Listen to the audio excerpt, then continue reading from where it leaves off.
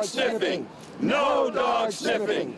A rally took place this morning outside the State House against a new policy that would have visitors to prisons face random searches for drugs. The State Corrections Department wants to use drug-sniffing dogs, and it says the reason is to cut down the flow of illegal drugs into prisons.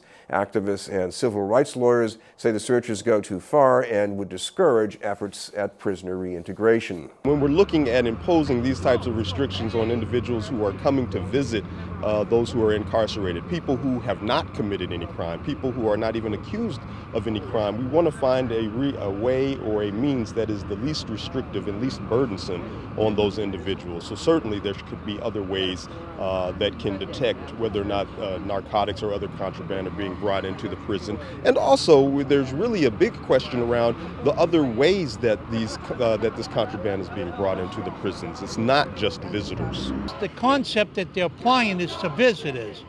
Walpole Prison has 16 glass cages.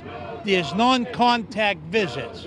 If drugs are coming into Walpole Prison, who do you think's bringing them in? It obviously is not the visits. And this is true throughout the system.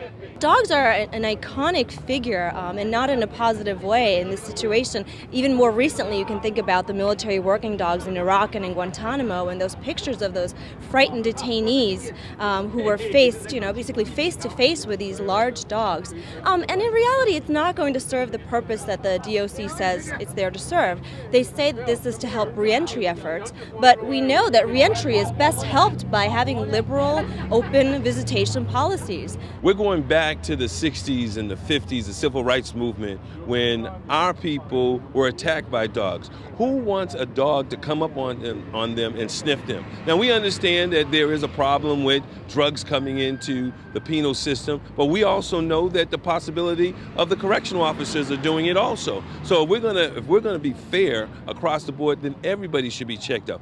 Subjecting innocent visiting children, grandmothers, grandfathers, persons with disabilities to dog sniffing practice is traumatic and very disturbing.